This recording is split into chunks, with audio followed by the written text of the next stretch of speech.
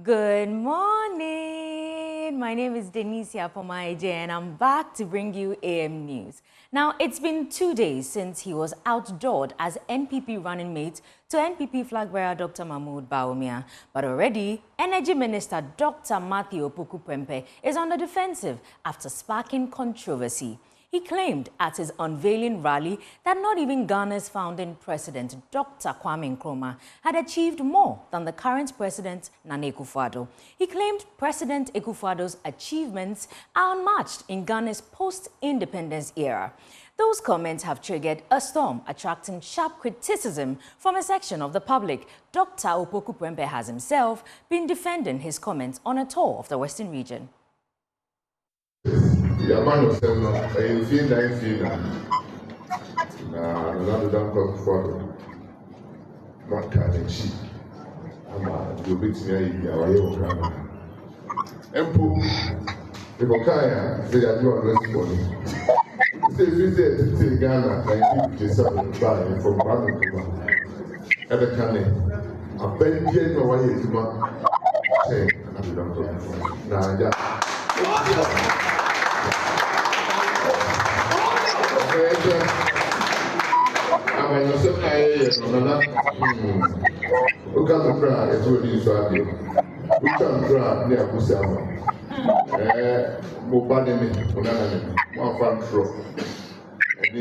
Our politics is done in every 4 years, and you have supported Nana to do whatever he has been able to do as president. Unfortunately, when I said it, I have been misunderstood. Since 1957 till today, from Kwame Nkrumah's time, no government has performed better than Nanado's. But it looks as though in our body politics today, when you speak the truth, they say you are arrogant, but we hail you when you tell lies. I'm your son. I'm your grandson. You didn't instill in me fear and lies.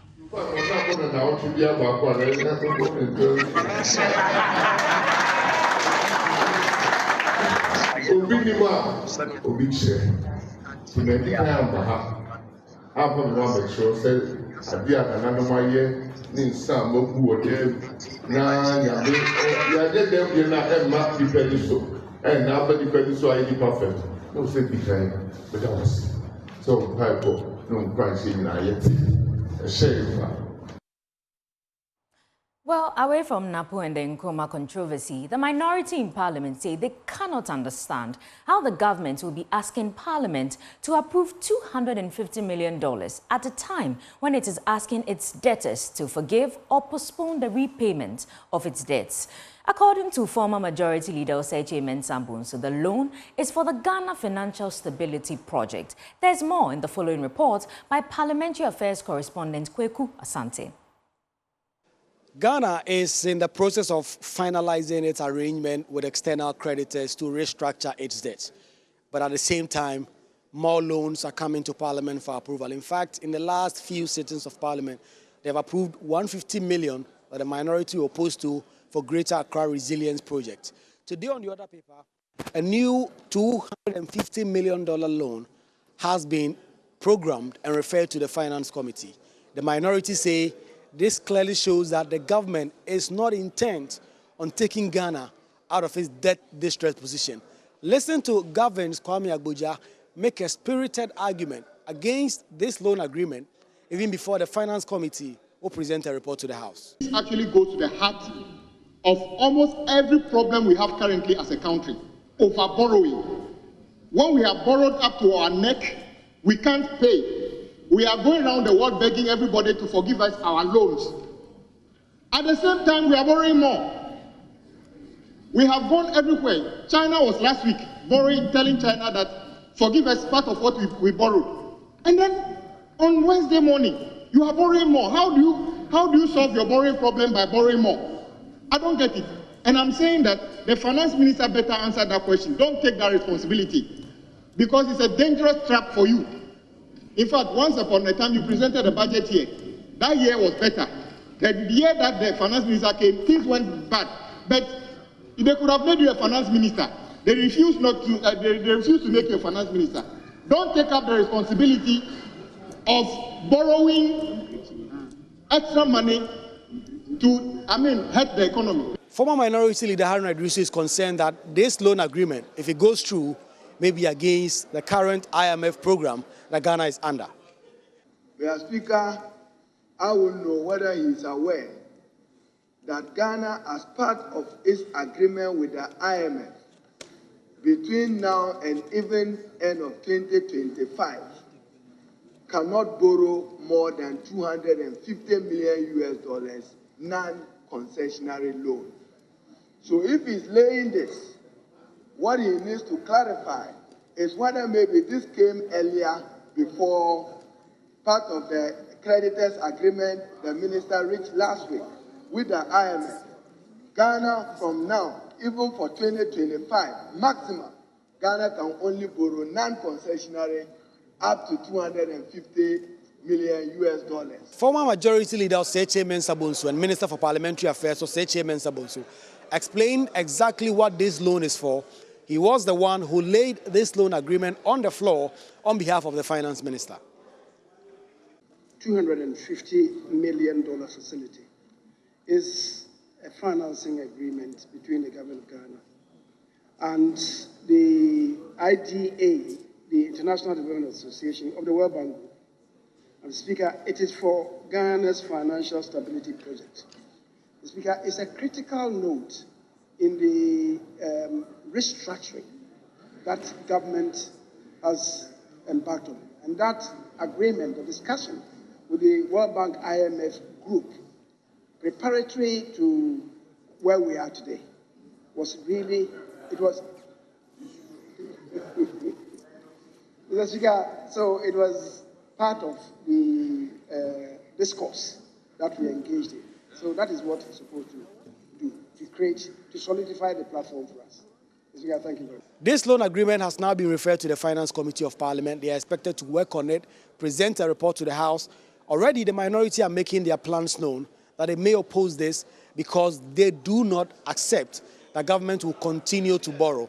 Again, about 12.7 million euros in new tax waivers has also now been referred to the tax waivers, despite about $350 million of such tax waivers having been locked up at the Finance Committee. Reporting for Joy News, Kweku Asante, Parliament House, Accra.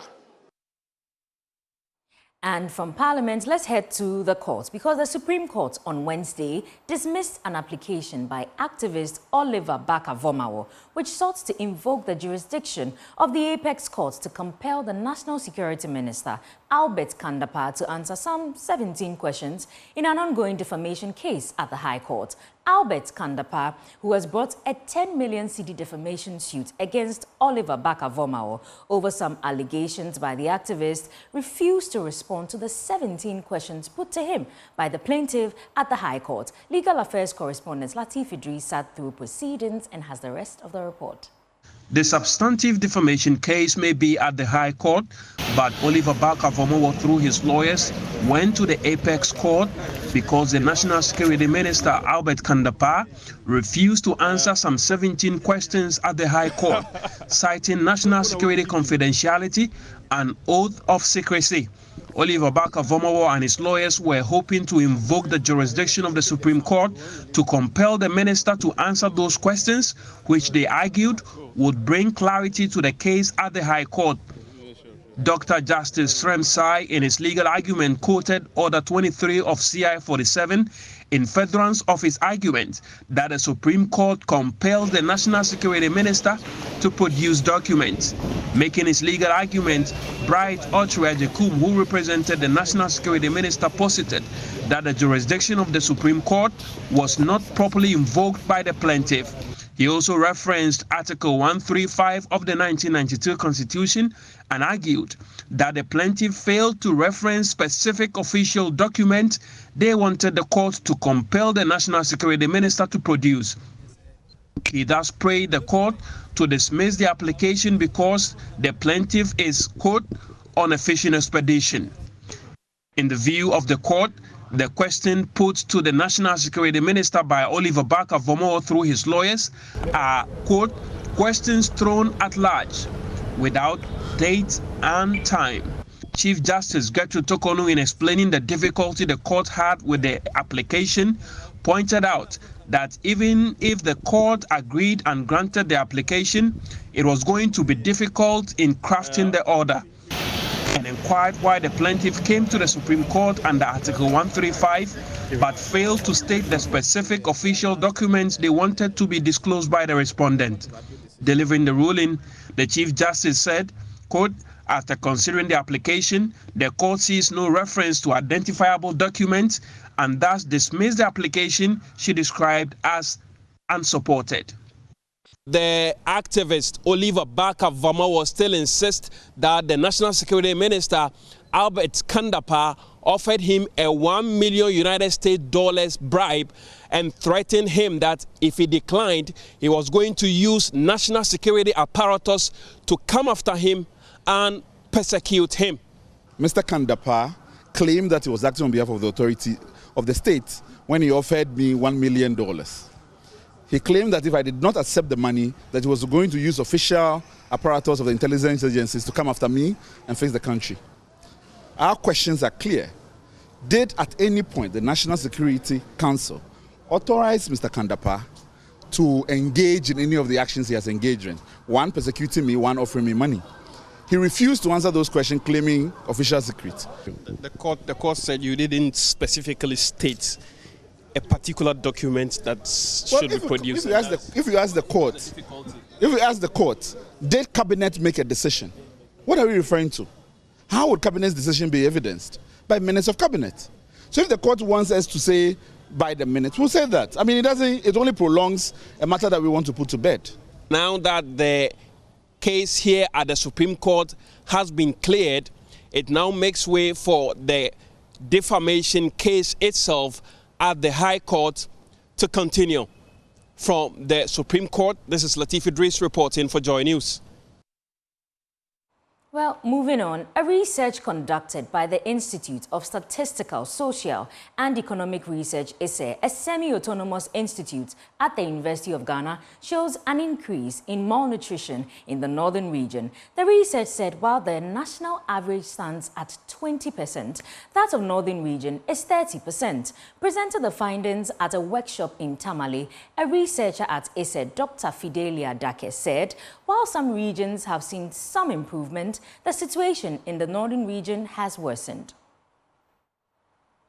The research conducted by the ISSER shows that 1 in 5 children in the northern region are malnourished, something the researchers say is a cause for worry. Dr. Fidelia Dake said malnutrition is not only a problem on its own, but also affects the cognitive development of the children. For Ghana as a whole, our stunting prevalence is at about 20%, but in northern region alone, it goes as high as 30%. So there's a lot more disadvantage going on there. And that is not even the worst part. We realize that while some regions have improved between 2010 and 2014, the situation has actually worsened in the northern region. So it's not that it's only higher, but it's getting worse by the day. These figures do tell us that we do have a problem of malnutrition on our hands. And malnutrition is not only a problem on its own, but it also affects children in terms of their cognitive development. Children who are malnourished are also likely to be malnourished adults. Dean at the School of Graduate Studies at the University of Ghana, Professor Robert Darkmoff Osei, said what accounts for this is lack of knowledge and poverty. He said their interest in the research is to find a cost-effective way to change behavior that will impact positively on the nutritional health and sanitation of the people. Sometimes I believe that part of it is knowledge. The other part could be essentially the general welfare of the people. So essentially, what our interest was to try and understand whether there are cost-effective ways of changing behavior in a way that impacts positively on nutrition, health, and sanitation outcomes. Okay, so again, the literature points us to the fact that behavior change is a critical part of changing nutrition outcomes. And so the question then was that how then do we change behavior in a way that will translate into positive nutrition outcomes? So that was our starting point. So we asked ourselves the question, with the technology platforms that are available today, can we explore any of them to see if we can actually leverage them to transmit the messages that households need to hear? And they don't need to hear it once. They need to hear over and over and over again, so it becomes part of them. That is the way to change behavior. And that is why we thought we would explore the digital technology or the platform that we used.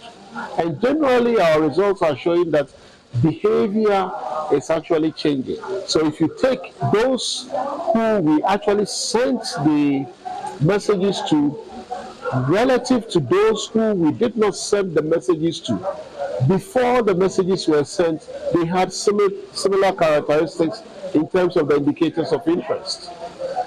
Post, 6 months after the experimentation, we do find that behavior was beginning to change in a positive way. A mother and a nutrition advocate, Nadia Aliu, said most mothers are unable to provide nutritious foods for their children, leading to malnutrition. Our mothers in the cities are too busy. We are not able to provide nutritional food at home for our children. We are busy with the Indomies, we are busy with the Calipos, the Coke and the sodas. By then, we have our traditional foods that are more nutritious and more balanced. Yet you see a child in Kumbungu, you think is more malnutritious, malnourished than my child who is at home, who is 10 years, who is equal my age. But it's all because we are not feeding them properly. Now, the Executive Director of the Community Development Alliance, Salifu Isifu Canton, has emphasized that security is a shared responsibility and is advocating a shift from policing for the people to policing with the people. Speaking at the Upper West Regional Multi-Stakeholder Peace and Security Conference in Wa, Canton highlighted that this approach would make every citizen of Ghana more security conscious and willing to assist security agencies in preventing and mitigating crimes. Joy News' Upper West Regional Correspondent Rafiq Salam reports from Wa. The two-day Regional Multi-Stakeholder Peace and Security Conference is championed by the Regional Network of Women Renew in the Upper West region. The conference was on the theme Building Sustainable Peace and Security, a Shared Responsibility, Leveraging Local Partnership. It aimed to build consensus among district and regional stakeholders and experts working on peace and security, deepening local cooperation and collaboration as the best way to address local instability factors between individuals, groups, and communities within the region. In November 2023, the Community Development Alliance, CDA, Ghana, with support from USAID, Littoral's Regional Initiative, launched a 6-month-long activity titled Strengthening the Regional Network of Women Renew in Peace Building in the Upper West region. Under the Renew activity, CDA Ghana trained and mentored 170 selected women leaders across the 11 municipal and district assemblies in the region on advanced PBE, conflict resolution, peace building, fundraising, and communication.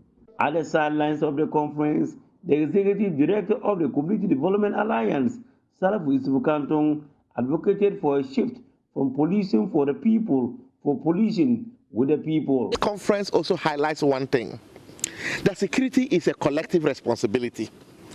It is not only the duty of the police to provide security for us. It is not only the job of the military to ensure that we are safe. It is our collective responsibility. And we believe that it is about time we move away from policing for the people to what we call policing with the people. Isifu Canton also stressed the importance of peace, saying it is priceless. Why? Because peace is a priceless asset. It is the most valuable thing. Without peace and security, we can't be here.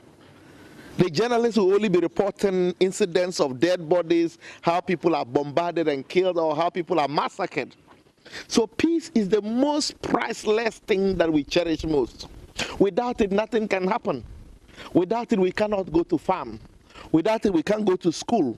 Without it, the hospitals can't operate. Without it, government institutions cannot work. Without it, we can't even move around. So peace is something that we can't trade with.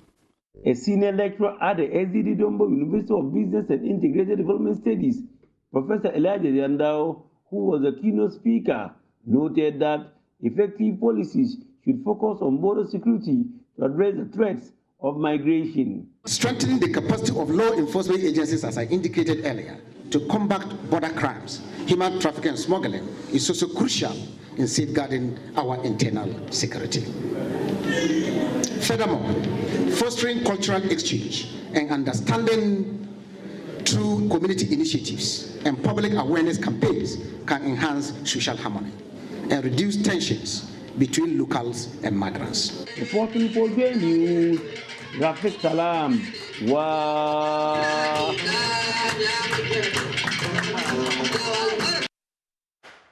Well, up next is Business Updates with Benjamin Akapo. Thanks for staying for our business update for you this morning. And a Member of Parliament for Boku Central is set to lead the minority in Parliament to demonstrate against the Bank of Ghana on the 30th of July, 2024. This was contained in a letter to the Greater Accra Regional Police Commander seen by Joy Business. There's more in this report. Member of Parliament for Boku Central, Mahama Yariga, in a letter alleged that they are embarking on this action over what he described as wasteful expenditure by the Bank of Ghana. The Member of Parliament argues that his action was also influenced by rising costs of the new Bank of Ghana's headquarters, which has gone up significantly from the original cost. Mr. Yariga also alleges that the bank is putting up new house for the governor at the cost of $40 million, which the bank has refused when the minority requested for some information. The Member of Parliament also raised concerns about the bank embarking on some actions without Parliament's approval. Now, the Bank of Ghana is set to sanction persons or companies who issue checks without the corresponding sums of money in their accounts. Speaking with Joy Business, Head of Credit Reporting Unit of the Financial Stability Department at the Central Bank, Godfred Kujo, says such acts attract a ban from access to any credit facility within the financial sector. If you do not have any money in your account, you do not issue a check to somebody. Now, we've seen it happening so much, and so people are losing confidence in the checking system. And so today you go and buy something, you issue a check, and they'll tell you that, well, unless the check is cleared before you can come for the goods. Or some companies will not even accept it because people issue checks when they don't have money, and that's what we refer to as that check. Now, because of that, the Bank of Ghana put in quite a number of measures. We have made a lot of noise about it, that if you issue a that check on 3 occasions within a year, Bank of Ghana will sanction you. And some of the sanctions include the fact that we would withdraw your checkbooks, you may not be able to issue check again. And another punitive action, that is you will not be able to have access to any credit facility within the banking sector. And we've made so much noise about this. The banks have also tried their best to let people know, but we continue to see that. And I have to tell you that the bank has just recently sanctioned quite a number of people, and we know that this is something that we need the public to be aware of, especially for businesses. If the Bank of Ghana says that you are not going to be allowed to issue a check, then obviously that is something that will affect your business. And if we are not going to allow you to have credit within the industry, that's also something that will affect your business. And so let's all be guided. Do not issue a check when you do not have money in your accounts. And that's it for our business updates for this morning. And I'm handing over back to, you know whom, Denise Yapoma Ajay. Hi, Benjamin. Thank you for bringing us business updates. Well, my name is Denise Yapoma Ajay. That's it for AM News. But up next is the news review. And we'll be joined by Dr. Paul Griff-Boachidankwa. He's government spokesperson on security and governance. Enjoy the rest of the show.